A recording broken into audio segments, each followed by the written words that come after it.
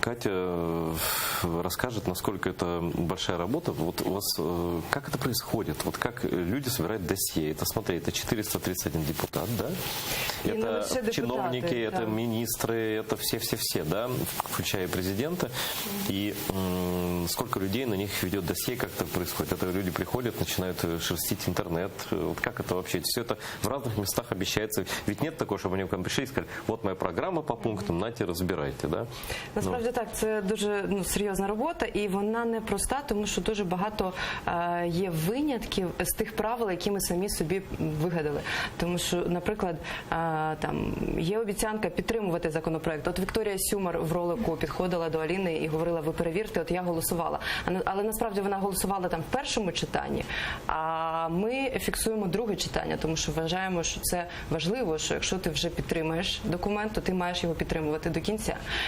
І от таким чином є методологія, є люди, які закріплені за різними гілками влади, за різними персонами, і оці всі об'єкти дослідження для нас, і ми там спостерігаємо за ними щоразу. І найголовніше, що ми не маємо права, як всі журналісти, в принципі, може не в військовий час, але не маємо права на політичну позицію. Тобто вони для нас всі однакові, абсолютно об'єкти дослідження. Вот это главное, чем я хотел спросить вас, да? Ведь в таких случаях, во-первых, я уверен, что все обижаются, ну, практически все, да? Потом вот ты скажешь, там, ты не голосовал за такой закон, а скажешь, в первом голосовала, во втором я уезжала в командировку, ну, это как бы вот всегда можно выкрутиться каким-то образом. Я не конкретно про Сюмар говорю, но в принципе, да?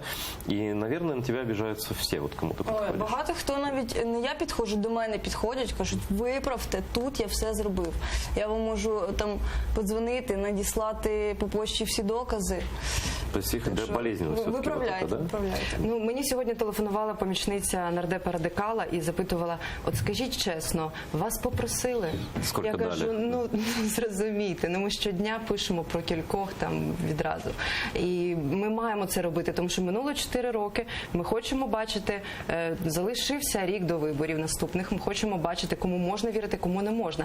Більше того, ми не те, що там створені під вибори, ми вже функціонуємо майже 10 років.